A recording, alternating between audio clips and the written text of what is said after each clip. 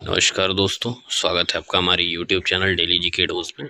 आज है 22 अप्रैल और 22 अप्रैल से करंट अफेयर्स के इतने भी इंपॉर्टेंट क्वेश्चंस हैं हम लोग इस सेशन में डिस्कस करेंगे। तो शुरू करते हैं बिना पंचायत के अपने पहले क्वेश्चन के साथ। अंतर्राष्ट्रीय योग दिवस 2025 की थीम क्या रखी गई है? ऑप्शन हैं आपके, योग से स्वास्थ्य, शांति और समृद्धि के लिए योग, एक पृथ्वी एक स्वास्थ्य के लिए योग, या निरोग भारत के लिए योग। तो अंतर्राष्ट्रीय योग दिवस 2025 की थीम, एक पृथ्वी एक स्वास्थ्य के लिए योग, योग for one earth and one health. अंतर्राष्ट्रीय योग दिवस 2025 10वीं वर्षगांठ को चिन्हित करता है। ठीक है। योग संगम इवेंट के अंतर्गत 1 लाख से अधिक स्थलों पर सामूहिक योग की योजना बनाई गई है और संयोग पहल, ये पहल है जो इस अंतर्राष्ट्रीय योग दिवस में लिया गया है। संयोग पहल का उद्देश्य समकालीन चिकित्सा प्रणालियों में योग का वैज्ञानिक समावेश है। योग दिवस 21 अप्रैल को मनाया गया था। अगला सवाल, डॉक्टर मांगीलाल जाट को किस पद पर नियुक्त किया गया है? Doctor Mangilal Jat has been appointed to which position? Option है आपके, कृषि मंत्री, आईसीएआर के सचिव, डेयर के सचिव एवं भाकरी अनूप के महानिदेशक, या फिर भारतीय कृषि बैंक के अध्यक्ष। तो डॉक्टर मांगीलाल जाट को डेयर के सचिव एवं भाकरी अनूप के महानिदेशक यानी secretary of DARE and DG of ICAR नियुक्त किया गया है। डॉक्टर जाट, इनकी नियुक्ति जो है ना वो 3 वर्षों की अवधि के लिए की गई है। इन्होंने इस नियुक्ति से पहले ICRIS एट हैदराबाद संस्थान में कार्य किया है। डॉक्टर जाट सतत कृषि एवं जलवायु अनुकूल खेती में विशेषज्ञ माने जाते हैं और इनकी नियुक्ति से किसान केंद्रित अनुसंधान और नवाचार बढ़ावा मिलने की उम्मीद है। ये फूल जैसा चेहरा डॉक्टर जाट का है। आगे देखते हैं। अरुणाचल प्रदेश में 2 दिवसीय अंतर्राष्ट्रीय सम्मेलन का आयोजन किसके सहयोग से हुआ? The 2-day international conference in Arunachal Pradesh was organized with the support of which ministry? Option हैं आपके, पर्यटन मंत्रालय, विदेश मंत्रालय, संस्कृति मंत्रालय, या गृह मंत्रालय। तो अभी हाल ही में अरुणाचल प्रदेश में 2 दिवसीय अंतर्राष्ट्रीय सम्मेलन का आयोजन संस्कृति मंत्रालय द्वारा हुआ है। इस सम्मेलन का आयोजन रूपना भाई, हाँ, इस सम्मेलन का आयोजन अंतर्राष्ट्रीय बौद्ध परिसंघ द्वारा किया गया। इस सम्मेलन यह सम्मेलन जो है ना अरुणाचल प्रदेश के नामसाई जिले में आयोजित हुआ है, ध्यान रखिएगा। यहाँ पे उप मुख्यमंत्री जो हैं श्री चौना मेन इनके अनुसार नामसाई जो है वो बौद्ध विरासत और संस्कृति में समृद्ध होने के कारण एक आदर्श केंद्र है इसका। और इस संगोष्ठी में भूटान, म्यांमार, कंबोडिया के प्रतिनिधियों ने भाग लिया है। ठीक है। अगला सवाल, लिवर स्वास्थ्य शपथ कार्यक्रम का नेतृत्व किसने किया? Who led the liver health pledge programme?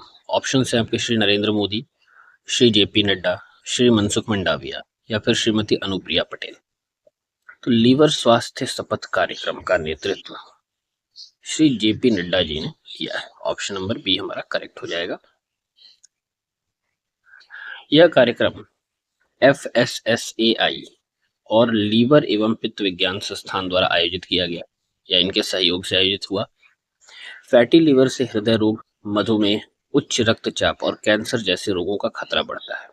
और हाल ही में प्रधानमंत्री ने खाना पकाने के तेल के उपयोगों में 10% तक की कमी की अपील की है। अगला सवाल, भारत के 23वें विधि आयोग के अध्यक्ष के रूप में किसे नियुक्त किया गया है? Who has been appointed the chairperson of the 23rd Law Commission of India? Option हैं आपके, न्यायमूर्ति UU ललित, न्यायमूर्ति सेवानिवृत्त दिनेश माहेश्वरी, न्यायमूर्ति NV रमना, या फिर न्यायमूर्ति दीपक मिश्रा।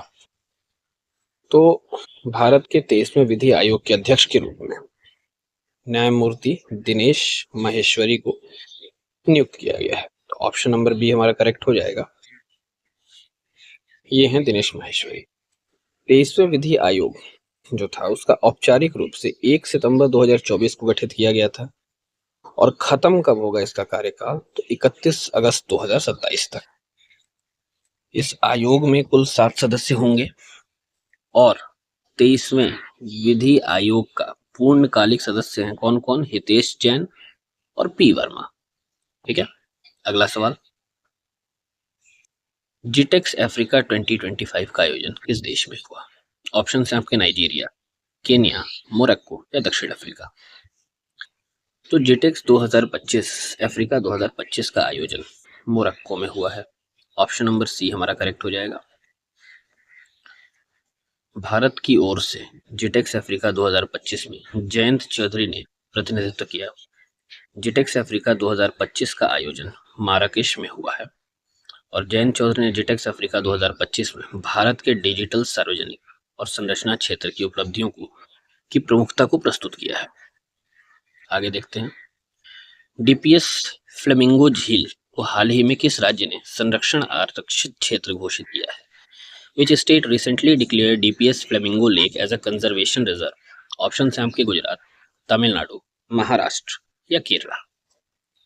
तो डीपीएस फ्लेमिंगो झील हाल ही में महाराष्ट्र राज्य ने संरक्षण आरक्षित क्षेत्र घोषित किया, तो ऑप्शन नंबर सी हमारा करेक्ट हो जाएगा। अब ये डीपीएस फ्लेमिंगो झील जो है, भैया रुका ना, डीपीएस फ्लेमिंगो झील जो है वो ठाणे क्रिक फ्लेमिंगो अभयारण्य के पास स्थित है। ठाणे, यह झील आर्द्र भूमि के पारिस्थितिक तंत्र का हिस्सा है। इस झील में प्रवासी पक्षियों के लिए सवाल नहीं है, क्वेश्चन करने नहीं आएंगे, सवाल होगा। सवाल और जलचर मुख्य रूप से उपलब्ध होते हैं। यह झील 30 एकड़ क्षेत्र में फैली हुई है। तो इतनी चीजें आपको फ्लेमिंगो झील से याद रखनी है। अगला सवाल, दुनिया का पहला पूर्णतः नवीकरणीय ऊर्जा से संचालित शहर बनने की दिशा में कौन सा शहर अग्रसर है? Which city is set to become the world's first fully renewable energy powered city? Option हैं आपके दुबई, कोपेनहेगन, अमरावती या सिडनी। तो दुनिया का पहला पूर्णतः नवीकरणीय ऊर्जा से संचालित शहर बनने की दिशा में अमरावती शहर अग्रसर है।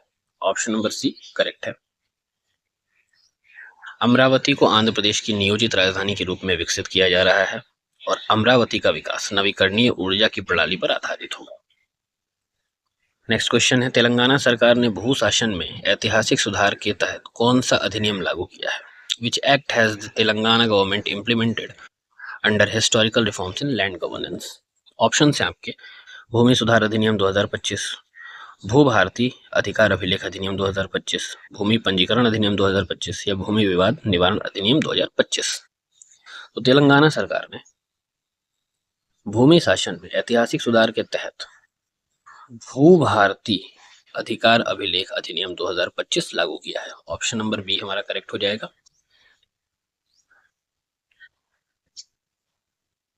ये है भू भारती अधिनियम। अब तेलंगाना का जो धरनी पोर्टल है वो 2020 में शुरू किया गया था, जो इसी से रिलेटेड था। तेलंगाना भू भारती अधिनियम का मुख्य उद्देश्य भूमि प्रशासन को पारदर्शी और समावेशी बनाना है और तेलंगाना सरकार ने भूमि रिकॉर्ड प्रबंधन प्रणाली को जनोन्मुखी और भरोसेमंद बनाने की दिशा में योजना बनाई है। ठीक है, अगला सवाल, पूनो से गांधी सागर अभ्यारण्य में कितने चीते स्थानांतरित किए जाएंगे? ऑप्शन है आपके 1, 2, 3 या 4। तो पूनो नेशनल पार्क से गांधी सागर अभ्यारण्य में 2 चीतों को स्थानांतरित किया जाएगा। गांधी सागर अभ्यारण्य ये मंदसौर और नीमच जिलों में स्थित है। इन चीतों का स्थानांतरण 20 अप्रैल 2025 को किया गया। अरे भैया कितना गलती, माफ करिएगा, बहुत ज्यादा मिस्टेक हो जाता है, शुरू है इसलिए थोड़ा सा आप लोग भी इग्नोर करिएगा। स्थानांतरित होने वाले चीतों का नाम प्रभास और पावक है। इस निर्णय की समीक्षा बैठक की अध्यक्षता केंद्रीय पर्यावरण मंत्री भूपेंद्र यादव और मुख्यमंत्री श्री मोहन यादव जी ने किया है। तो यहाँ हमारा सेशन समाप्त होता है। अब हमारा आखिरी पेज हमारे एक शहीद के लिए, विंग कमांडर अभिनव चौधरी। विंग कमांडर अभिनव चौधरी भारतीय वायुसेना के उन बहादुर सपूतों में से एक थे जिन्होंने देश की रक्षा के लिए अपना सर्वस्व न्यौछावर किया। वे मिराज 2000 जैसे आधुनिक लड़ाकू विमान के कुशल पायलट थे और तेजस जैसे स्वदेशी विमान पर भी महारत रखते थे। 21 मई 2021 को एक रूटीन ट्रेनिंग मिशन के दौरान उनका विमान दुर्घटनाग्रस्त हुआ, लेकिन आखिरी क्षण तक वे जनसंख्या क्षेत्र से विमान को दूर ले जाने की कोशिश करते रहे। यह उनके अद्वितीय साहस, कर्तव्यनिष्ठा और मातृभूमि के प्रति अगाध प्रेम का प्रतीक है। उनका बलिदान सदैव हमें याद दिलाता रहेगा कि वायुसेना के वीर योद्धा आकाश में ही नहीं, जमीन पर भी अपनी शौर्य गाथा लिखते हैं। इसी के साथ अपना सेशन समाप्त करते हैं। उम्मीद करते हैं कि क्लास आपको अच्छा लगे, यूजफुल हो आपके लिए, और भगवान करे आपका सिलेक्शन हो कहीं ना कहीं। अगर क्लास यूजफुल लगती है तो लाइक, शेयर और सब्सक्राइब जरूर करिएगा। तब तक के लिए पढ़ाई करते रहिए, मोह माया से दूर रहें।